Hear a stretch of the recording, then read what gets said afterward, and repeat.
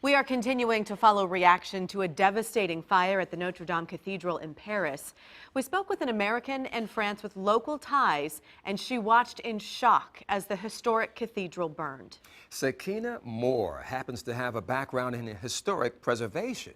She's in Paris right now to meet up with her parents who live in Norfolk. Now, she was about a mile and a half away from the cathedral when she smelled the smoke and then saw the fire at Notre Dame. It was more of a shock to me because I was just there. I was just there a couple of hours ago in that area admiring the architecture.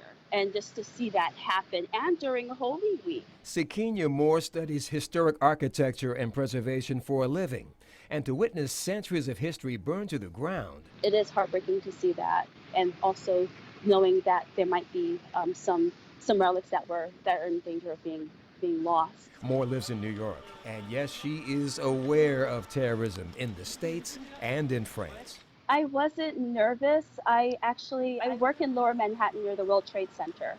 So I just, always having that presence and that in mind, and seeing, and plus seeing the police force out, I always felt safe. As the investigation into the cause of the fire continues, the focus has begun to turn toward the future of Notre Dame. I'm confident that there's a lot of interest now, and it will help with refurbishing helping to refurbish what was lost, and then also rebuild.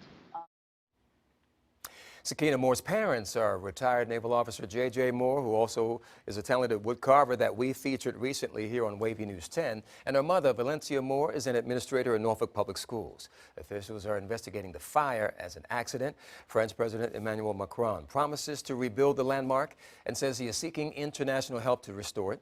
Corporations and individuals have already pledged millions of dollars to that effort.